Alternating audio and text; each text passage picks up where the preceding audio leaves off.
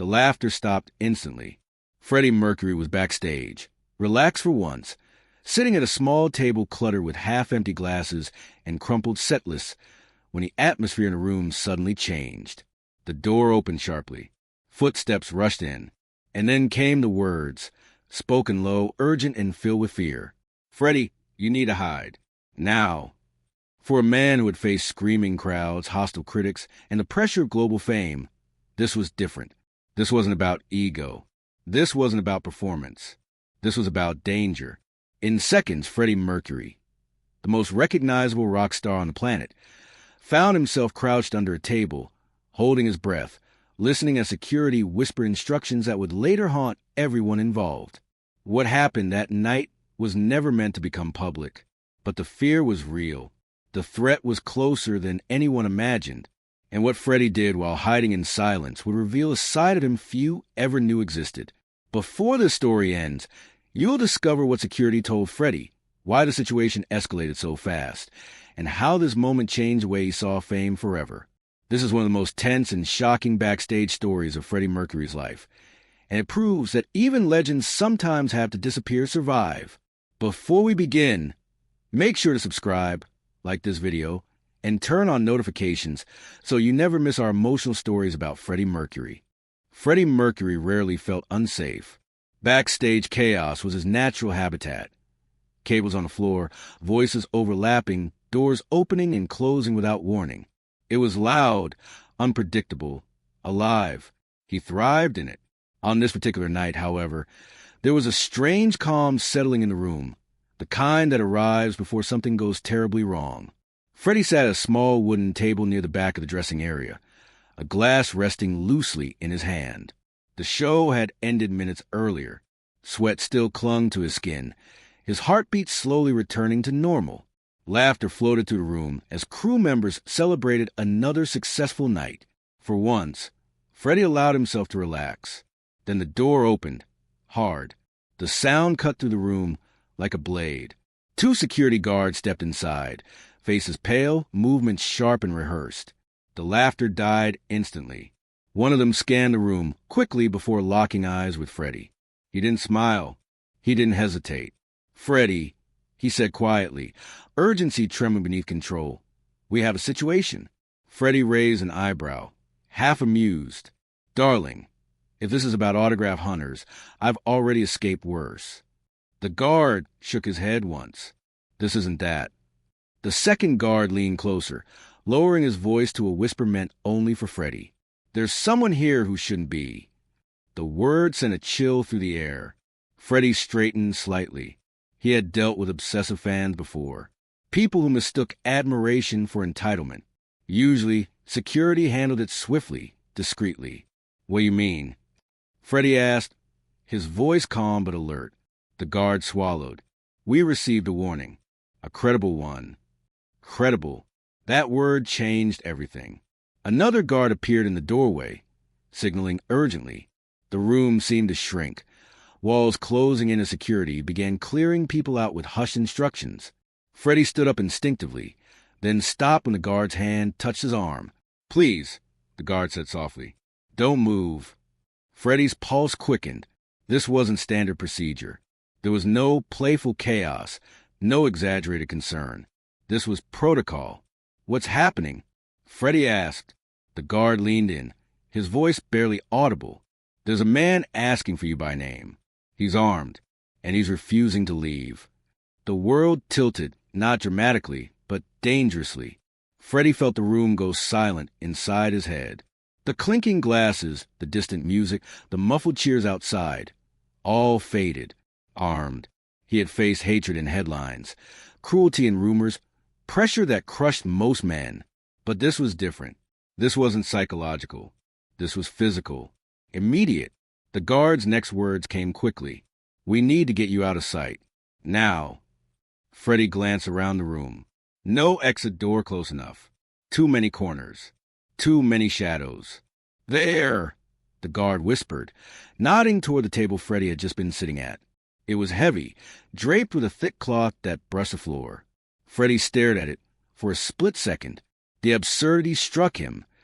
The idea that the man who commanded stadiums would be hiding under a table like a child, playing a dangerous game.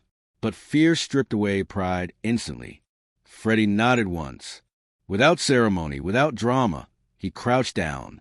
The guard lifted the tablecloth just enough for him to slip beneath it, though it smelled of old polish and spilled alcohol.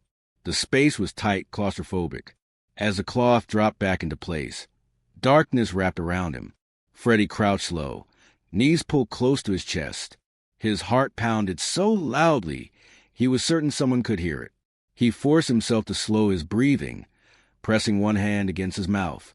Outside, voices moved quickly. Clear this area. Lock the side entrance. Keep him calm. Footsteps approached. Paused. Moved away. Freddie's mind raced. Was this how it ended? Under a table? Silent? For the first time in years, he wasn't thinking about legacy or music or performance. He was thinking about survival. A muffled voice echoed nearby, unfamiliar, agitated. Words blurred together, but one thing was clear. The man was close. Freddie felt sweat bead along his spine. His fingers curled into fists, nails biting into his palms. He thought of the thousands of faces outside, unaware. He thought of how thin the line was between spectacle and reality. Under the table, he wasn't Freddie Mercury, the legend. He was Farrick, a man hiding, hoping. The guard spoke calmly now, measured, trying to de-escalate. Every second stretched endlessly. Freddie counted his breaths, fighting the urge to move. Then something unexpected happened. The table shifted slightly. Freddie froze. A shadow fell across the cloth. Shoes appeared just inches from his face, visible through a small gap in the fabric. Someone was standing right in front of him. Freddie's heart slammed violently against his ribs. His breath caught. His entire body went rigid, muscles screaming to flee even as instinct forced him still. The voice spoke again, closer now. Angry, insistent, and then silence. Seconds passed. Or minutes. Freddie couldn't tell. The shoes stepped back. The guards' voices grew firmer, louder. Commands now, not requests. The tension snapped. Freddie remained perfectly still as footsteps rushed away. Doors slammed. Radios crackled with urgent codes. Finally, a hand gently lifted the tablecloth. "It's clear," the guard whispered. "You're safe." Freddie didn't move immediately. His legs trembled. His hands shook as he crawled out slowly, blinking as light flooded back in. The room looked the same, but it felt different. Smaller, more fragile. Freddie stood up, brushing dust from his trousers, his face pale but composed. "Darling," he said softly, forcing a faint smile, "that's one encore I never want again." But inside, something had changed, because in that darkness, under that table, Freddie Mercury had felt something he could never ignore again. Fear. And the words a guard would say next, once the doors were fully secured, would make him realize just how close danger had truly been. Freddie Mercury stood still as the tablecloth fell back into place behind him. His legs felt weak, untrustworthy, as if the ground itself had shifted while he was hidden in the dark. Around him, the room buzzed with restrained urgency, radios crackling, guards exchanging rapid whispers, doors being checked and rechecked. "You're safe," the head of security said again, firmer this time. Freddie nodded slowly, though the word safe felt fragile. He ran a hand through his hair, steadying his breath, forcing his heartbeat to slow. His instinct was to make a joke, to cut through the tension with charm, but the words wouldn't come. "How close?" Freddie asked quietly. The guard hesitated. That hesitation told Freddie everything. "Tell me," Freddie said, meeting his eyes. The guard exhaled. "Too close." They moved Freddie into a smaller, windowless room deeper backstage. The door shut with a heavy click that echoed louder than it should have. Only then did Freddie allow himself to sit down, lowering into a chair with deliberate care. Security formed a loose barrier near the door. "What happened?" Freddie asked. "All of it." The guard leaned against the wall, arms crossed.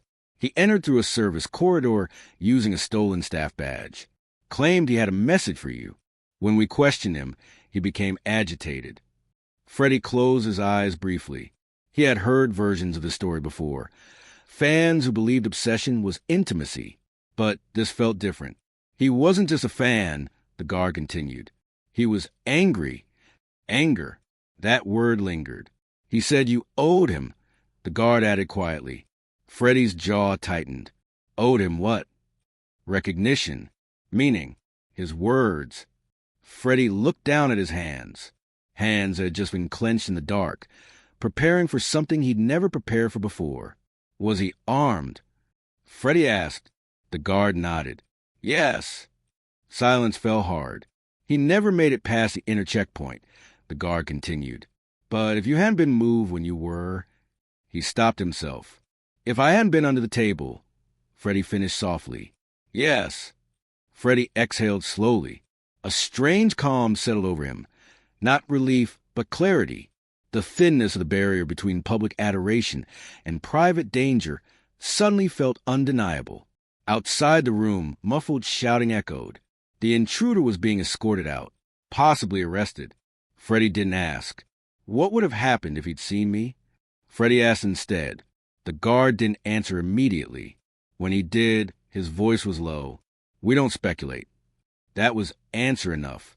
Minutes passed. Freddie listened to the sounds of the building returning to normal, doors reopening, people whispering again, laughter cautiously returning like a test of safety. But inside Freddie, something had cracked open.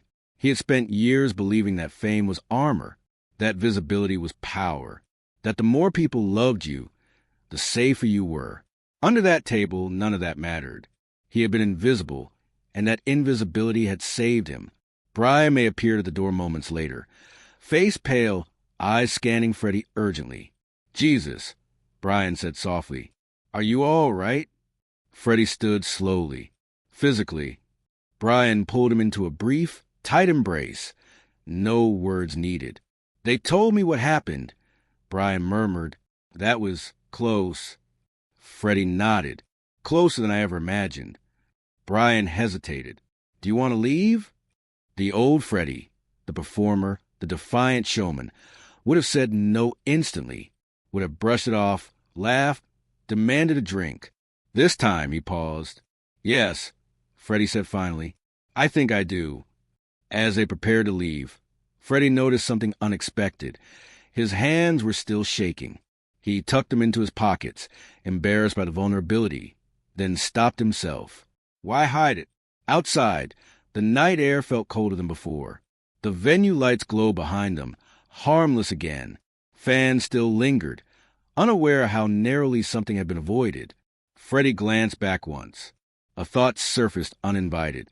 How many times had he walked past danger without knowing it? In the car, silence stretched between him and Brian. The city slid by, indifferent. I've been under spotlights my whole life, Freddie said eventually. I never imagined darkness could be safer. Brian nodded. Fame magnifies everything, love included. So is the other side. Freddie leaned his head back against the seat, closing his eyes. The image of the shoes inches from his face returned vividly. The stillness, the breath he'd held. That fear hadn't faded. It had settled. At home later that night, Freddie wandered to the quiet rooms, touching familiar objects, the piano, the walls, the photographs, as if grounded himself. He poured a drink, then stopped, setting it aside untouched. For the first time in a long while, indulgence didn't feel comforting. He sat down and stared into space. Under that table, stripped of spectacle, he had faced a simple truth. He was not untouchable. And the realization didn't weaken him. It sobered him. As dawn approached, Freddie finally lay down, sleep elusive. His mind replayed the moment again and again, not the fear itself, but the decision to listen when security spoke, to trust, to hide. That decision had saved his life, which raised a question he couldn't ignore. How many other warnings had he dismissed over the years? Warnings from his body, from people who cared, from instinct itself. The knock at the door hours later jolted him awake. A security officer stood there, expression serious but calm. There's something else you should know, he said. Freddie straightened instantly. What is it? The guard hesitated, the same hesitation as before. He wasn't acting alone, he said quietly. The words landed like a second shock. Freddie felt his pulse quicken, the sense of safety evaporating. "What do you mean?" he asked. The guard met his eyes. "We believe someone tipped him off about where you'd be." The room seemed to tilt again, under the table. Freddie had hidden from danger. Now he realized something far more unsettling. The danger hadn't been random, and what that meant about trust, access, and the life he was living would force Freddie Mercury to make a decision that would change everything. The words echoed long after the security officer left. He wasn't acting alone. Freddie Mercury stood in the center of his living room, barefoot on the cold floor, staring at nothing. The house was quiet in a way only expensive, private spaces could be, insulated from the world, sealed tight. And yet, for the first time, it felt dangerously porous. Someone had known. Someone had shared information that should never have left trusted hands. Freddie sank slowly onto the couch, his heart beating harder now. Not with panic, but with calculation. This wasn't the kind of fear that made you freeze. It was the kind that forced you to reassess everything you thought was safe. He replayed the night again, not the table, not the shoes, but the moments before it all happened. Who had known he would be there? Who had known which room he'd be in? Who had known the timing? Too many people. Fame demanded access, and access demanded trust. He had given both freely for years. Now that generosity felt reckless. Brian arrived shortly after, having been called by security. The moment he stepped inside, Freddie saw in his face the same realization settling in. "They think someone tipped him off," Brian said quietly. Freddie nodded. "I heard." They sat across from each other in silence, the weight of the implications stretching between them. "That means," Brian continued carefully, "it wasn't random." "No," Freddie replied. "It was planned." The word tasted bitter. Brian leaned forward. "Security's reviewing everyone. Crew, staff, temporary hires, even venues." Freddie laughed softly, not amused but hollow. "That's a long list." Brian met his gaze. "You're not taking this lightly." "For once," Freddie said, "I can't afford to." That night, Freddie couldn't sleep. Every sound felt amplified. A car passing outside. A distant voice. The soft click of the house settling. He moved through the rooms, checking doors he had never checked before, standing by windows he had never thought twice about. He hated it. Fear had always been something he could perform through, sing over, drown in applause. This fear didn't respond to bravado. It followed him quietly. The next morning, security protocols changed immediately. Routes were altered. Schedules tightened. Names were limited. Freddie noticed everything. The new seriousness in the guard's eyes.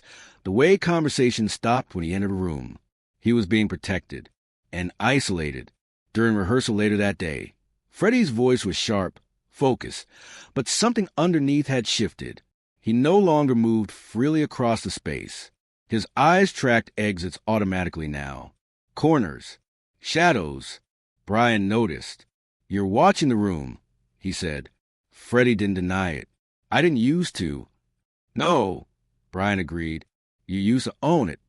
Freddie smiled faintly. "Ownership is an illusion." That night, Freddie sat alone at the piano, hands resting on the keys without playing. Music usually helped him make sense of things. Tonight, even sound felt too exposed. Under that table, silence had saved him. The irony wasn't lost on him. Days passed. The investigation deepened. Nothing conclusive yet, just possibilities, theories, unease. Freddie found himself pulling away from people instinctively. Conversations shortened. Invitations declined. Trust had fractured. One afternoon, a longtime staff member approached him, eyes nervous. "Freddie, are you all right?" Freddie studied him carefully, not suspiciously, but consciously. "I'm learning to be," he replied. The man nodded, unsure what else to say. That was the cost, Freddie realized. Fear didn't just isolate danger. It isolated you. That evening, security briefed him again. No confirmation. No arrest beyond the initial intruder. But the message was clear. "Until we know more," the guard said, You don't go anywhere alone. Freddie raised an eyebrow.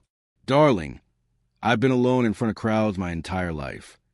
This is different, the guard replied. Freddie didn't argue. Later, in the quiet of his bedroom, Freddie sat on the edge of bed, hands clasped, breathing slowly. He thought of the version of himself that existed before that night. Fearless, flamboyant, unguarded. That Freddie hadn't disappeared. But he had changed.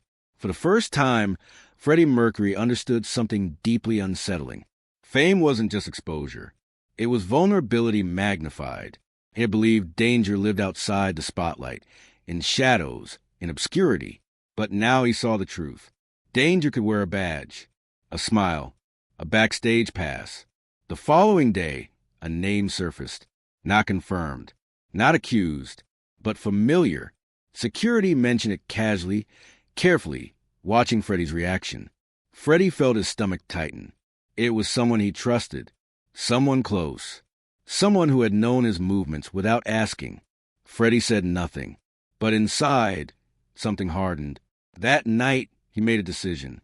He would no longer move through his life assuming safety was guaranteed by fame or loyalty. He would choose awareness, and boundaries, and distance if necessary. As he stood by the window once more, city lights stretching endlessly below, Freddie touched the glass lightly. Under a table, he had learned how quiet survival could be. Now he would learn something else. How to protect himself, not with walls or weapons, but with choice. Because the next step wasn't about fear. It was about control. And when the truth finally surfaced, when Freddie learned who had leaked his whereabouts, it would force him to confront a betrayal far more painful than the threat itself. A betrayal that would change how he trusted and how he lived. Freddie Mercury had always trusted instinct more than evidence. On stage, instinct guided his voice. In life, it guided his relationships. He surrounded himself with people who felt right, people who laughed easily, moved freely, shared his rhythm. Trust for Freddie had never been calculated. It had been emotional. Now, emotion was a problem. The name security had mentioned, casually, carefully, refused to leave his mind. It echoed in the quiet spaces between conversations, surfaced uninvited during rehearsals, lingered in the pauses between breaths. Someone close, someone familiar, someone who had known too much. Freddie sat in a private room backstage before the next show. Lights dimmed, hands folded loosely in his lap. He wasn't preparing for performance. He was preparing for a confrontation, even if it never happened. Brian noticed a difference immediately. "You're somewhere else," he said gently. Freddie nodded. "I'm deciding who gets to stay." Brian didn't ask who. Security tightened further that night. Access lists were shortened. Names double-checked. The atmosphere felt heavier, less playful. People whispered more, smiled less. Fear had changed the chemistry of the room. Freddie moved through it with a strange calm, not detached, focused. He watched interactions carefully now. Who avoided eye contact, who lingered too long, who seemed nervous in ways that didn't belong to celebration. It wasn't paranoia. It was awareness. After the show, as applause thundered outside, Freddie asked for a moment alone with the person whose name had been mentioned. The request was simple, polite, impossible to refuse.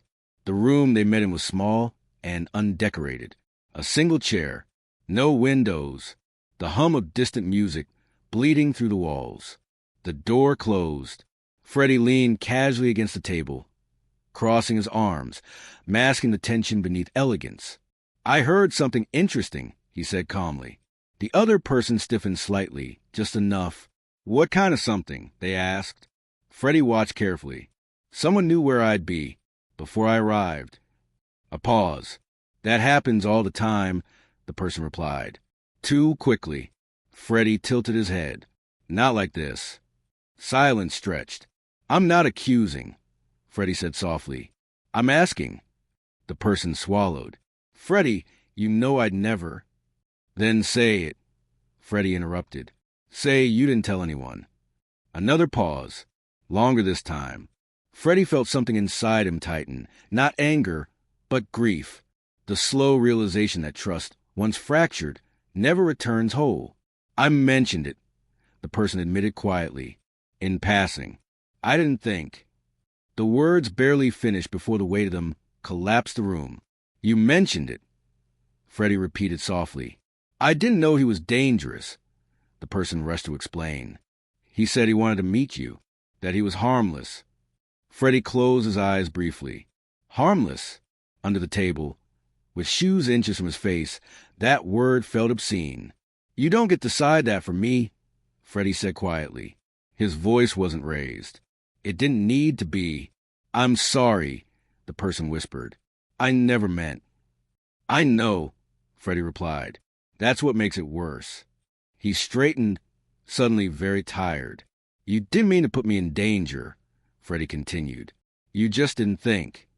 The person looked up, eyes wet. Can you forgive me? Freddie didn't answer immediately. Forgiveness wasn't the question. Trust was. I don't know yet, Freddie said honestly. He opened the door. Security waited outside, not aggressively, not accusingly, just present. That's all, Freddie said.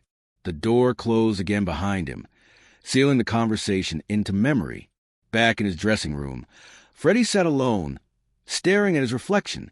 The man looking back at him seemed older, not worn, but altered. A layer of innocence had peeled away. Fame had always demanded pieces of him. Tonight, it demanded judgment. Brian knocked softly and entered. One look at Freddie's face told him enough. You were right, Freddie said quietly. Brian nodded. I'm sorry. So am I, Freddie replied. That night, Freddie didn't drink. He didn't celebrate. He went home and sat in silence, letting the weight of the decision settle. He hadn't been betrayed by malice. He had been betrayed by carelessness. And carelessness, he realized, could be just as dangerous. As dawn approached, Freddie made another decision, one that would ripple outward. Access would change.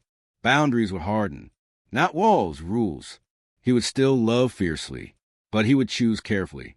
Under the table, he had survived by disappearing. Now he would survive by discerning. As he finally lay down, exhaustion pulling him toward sleep, a final thought surfaced, unsettling, honest. If this was the cost of being seen by millions, then perhaps the bravest thing wasn't visibility. It was protection. Because the next step Freddie Mercury would take, the changes he would enforce, the distance he would create, would redefine not just his safety, but the life he allowed others to share. And not everyone would understand.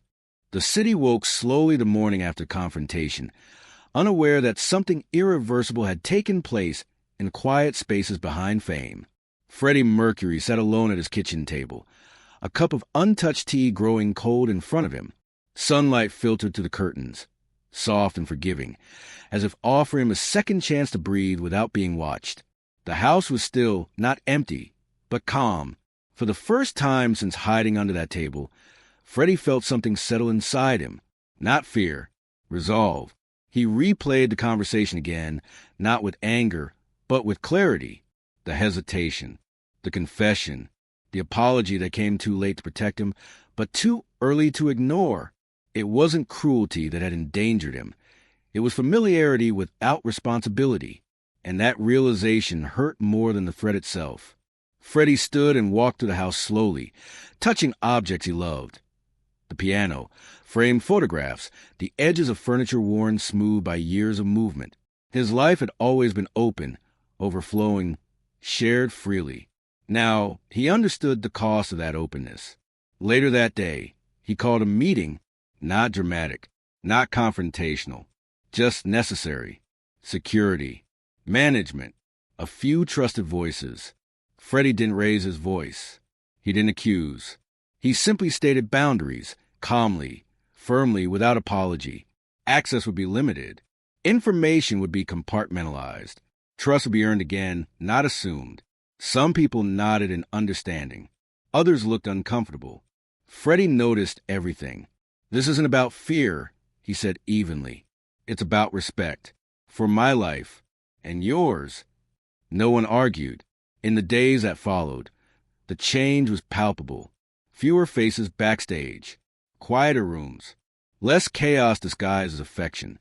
Freddie felt lighter, Not isolated, but intentional. Brian noticed it too. "You seem steadier," he said during a rehearsal break. Freddie smiled faintly. "I stopped confusing closeness with safety." The word surprised even him. On stage, Freddie was still magnetic, still fearless in sound and movement. But something subtle had shifted. He no longer chased every eye in the room. He no longer needed to prove himself invincible. He was present. Fans felt it. They couldn't explain it. But the performances carried a deeper focus, a grounded confidence that didn't rely on excess. Freddie wasn't giving less. He was giving cleaner. One night, after a show, Freddie stood alone in the wings, listening to the echo of applause fade. He thought of the shoes inches from his face, the breath he'd held, the moment he realized survival sometimes meant disappearing. That memory no longer haunted him. It instructed him. Fame had always demanded bravery, the kind that steps forward into light. But this experience had taught him a quieter courage, the courage to say no, the courage to step back, the courage to protect joy instead of offering it to everyone. Weeks later, Freddie received a letter, not from a fan, not from the press, but from the person he had confronted. It was short, honest, accepting responsibility without asking for absolution. Freddie read it once. Then he placed it carefully in a drawer. Some things didn't need resolution to be understood. That night, he sat at the piano and played softly. No audience, no agenda, just sound filling the room at its own pace. His hands moved gently, deliberately. For the first time in a long while, Freddie Mercury felt safe not because danger was gone, but because he had changed how he lived alongside it. Under a table, he had learned how fragile life could be. Afterward, he learned something stronger, that protecting oneself isn't selfish. It's survival with dignity. Years later, stories would circulate. Rumors about heightened security, about Freddie becoming more private, more selective. Some mistook it for distance. Those who truly knew him understood. He hadn't withdrawn. He had chosen. As Freddie closed the piano lid and leaned back, a quiet smile crossed his face. Not the grin of a showman. The smile of a man who had faced fear without spectacle and lived. Because legends aren't defined only by what they show the world, but by what they protect when the lights go out. And that night, when Freddie Mercury hid under a table to survive, became the moment he learned how to stand taller than ever before. If this story inspired you, remember, even legends face battles unknown to the world. Subscribe, leave a like, and share this video with someone who loves Freddie Mercury.